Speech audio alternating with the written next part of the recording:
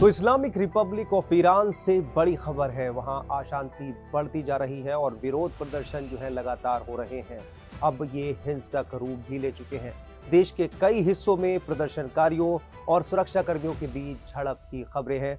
बीते 2 दिनों में 7 लोगों की मौत हो चुकी है और शहर शहर लोग सड़कों पर उतर रहे हैं। हमादान के असदाबाद में प्रदर्शनकारियों ने खामेनाई की फौज ईरानी रेवोल्यूशनरी गार्ड्स कोर यानी IRGC के बेस पर कब्जे का दावा किया है। विरोध के पीछे कारण ईरानी अर्थव्यवस्था की बुरी हालत है, क्योंकि $1 ईरान में करीब 14 लाख रियाल में मिलने लगा है। कई प्रदर्शनकारियों को देश के supreme leader Ayatollah Sayyid Ali Khamenei के खिलाफ नारे लगाते सुना गया, जबकि कुछ ने राजशाही बहाल करने की मांग की। इस बीच विरोध प्रदर्शनों को लेकर अमेरिकी राष्ट्रपति डोनाल्ड ट्रंप की चेतावनी पर तेहरान भड़क गया है। शुक्रवार को ईरान के विदेश मंत्री अब्बास अराक्ची ने ट्रंप की टिप्पणी पर कड़ी प्रतिक्रिया दी है और कहा कि देश के अंदरूनी मामलों में किसी भी दखल को सख्ती से खारिज किया जाएगा। सोशल मीडिया प्लेटफॉर्म X पर ईरानी विदेश मंत्री ने देश में हो रहे विरोध प्रदर्शनों को शांतिपूर्ण बताया और कहा कि वो हाल ही में करेंसी में उतार चढ़ाव के कारण हुए। ईरान के अंदर से आ रही रिपोर्टों के मुताबिक लगभग 1 हफ्ते से चल रहे विरोध प्रदर्शनों और झड़प के दौरान देश भर में कम से कम 7 लोग मारे गए हैं। ईरान में बढ़ती महंगाई और देश की बिगड़ती आर्थिक हालत को लेकर सरकार के खिलाफ लगभग 1 हफ्ते से प्रदर्शन जारी है। ये पिछले 3 साल में देश में सबसे बड़ा विरोध प्रदर्शन है।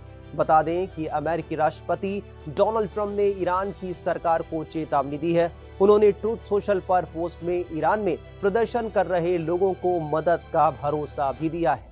अमेरिकी राष्ट्रपति डोनाल्ड ट्रंप ने कहा कि अमेरिका ईरान के शांतिपूर्ण प्रदर्शनकारियों की मदद के लिए पूरी तरह जो है वो तैयार है। उन्होंने लिखा, अगर ईरान शांतिपूर्ण प्रदर्शनकारियों पर गोली चलाता है और उन्हें बेरहमी से मारता है, जो कि उनकी आदत है, तो अमेरिका उनको यानी प्रदर्शनकारियों को बचाने के लिए आएगा। वहीं ईरान ने साफ कर दिया है कि ट्रंप को पता होना चाहिए कि अमेरिकी दखल से पूरे इलाके में अस्थिरता फैल जाएगी। अमेरिकी विदेश मंत्रालय ने बुधवार को X पर एक पोस्ट में लिखा था कि हम उन रिपोर्ट्स और वीडियो से बहुत परेशान हैं जिनमें कहा गया है कि ईरान में शांति से प्रदर्शन करने वालों को धमकाया जा रहा है, हिंसा हो रही है और उन्हें गिरफ्तार किया जा रहा है। बुनियादी अधिकारों की मांग करना कोई जुर्म नहीं है। इस्लामिक रिपब्लिक को ईरानी लोगों के अधिकारों का सम्मान करना चाहिए। वहीं ईरान की सुप्रीम नेशनल सिक्योरिटी काउंसिल के सेक्रेटरी अली लारिजानी ने राष्ट्रपति ट्रंप के पोस्ट पर प्रतिक्रिया दी है। अली लारिजानी ने X पर पोस्ट किया और कहा कि इजरायली अधिकारियों और डोनाल्ड ट्रंप के बयानों से पर्दे के पीछे क्या चल रहा था वो अब साफ हो गया है। उन्होंने कहा कि हम विरोध करने वाले दुकानदारों के रुख और अशांति फैलाने वाले लोगों की हरकतों के बीच फर्क करते हैं। लारिजानी ने अमेरिकी राष्ट्रपति डोनाल्ड ट्रंप के लिए लिखा, ट्रंप को ये पता होना चाहिए कि इस आंतरिक मामले में अमेरिका का दखल पूरे इलाके को अस्थिर कर देगा और इससे अमेरिका के हितों को नुकसान होगा। लारिजानी ने कहा कि ट्रंप को अपने सैनिकों की सुरक्षा का ध्यान रखना चाहिए। ईरान में लगभग 1 हफ्ते से विरोध प्रदर्शन हो रहे हैं। विरोध प्रदर्शन की शुरुआत राजधानी तेहरान में रविवार को उन दुकानदारों ने की जो अमेरिकी डॉलर के मुकाबले ईरानी मुद्रा यानी रियाल की कीमत में तेज गिरावट से नाराज थे। इसके बाद इस प्रदर्शन में यूनिवर्सिटी के छात्र भी शामिल हो गए और विरोध प्रदर्शन कई शहरों में फैल गया। ईरानी विदेश मंत्री अब्बास अराक्ची ने ट्रंप की धमकियों को खतरनाक बताया है। अराक्ची ने अमेरिका में नेशनल गार्ड की तैनाती का उदाहरण दिया और कहा कि अमेरिकी राष्ट्रपति और सभी लोगों को ये पता होना चाहिए कि सरकारी संपत्ति पर आपराधिक हमले को बर्दाश्त नहीं किया जा सकता। अराक्ची ने हिंसा की कुछ अलग अलग घटनाओं की बात स्वीकार की, लेकिन विदेशी दखल के खिलाफ खुली चेतावनी दी।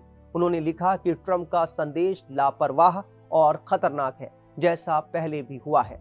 ईरानी लोग अपने अंदरूनी मामलों में किसी भी दखल को खारिज करेंगे।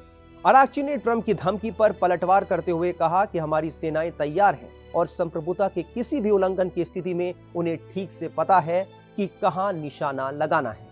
यानी ईरान ने साफ कर दिया है कि उसके मुल्क में जो कुछ भी विरोध प्रदर्शन हो रहे हैं ये उनका अंदरूनी मामला है और इसमें अमेरिका को दखल देने की कतई कोई जरूरत नहीं है।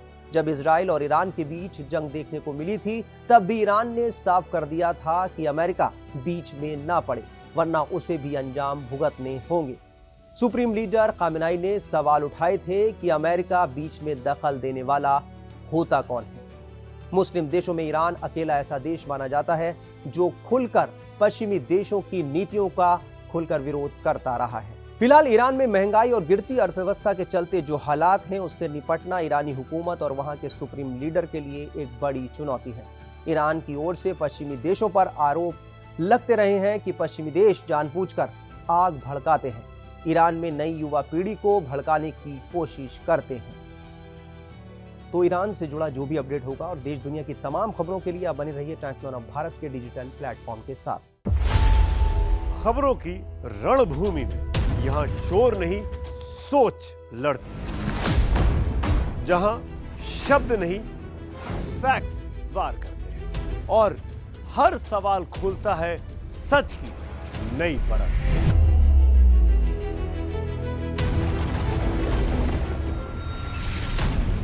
चक्रव्यूह आपके अपने सुमित अवस्थी के साथ सोमवार से शुक्रवार शाम 6:57 पर टाइम्स नाउ नव भारत पर।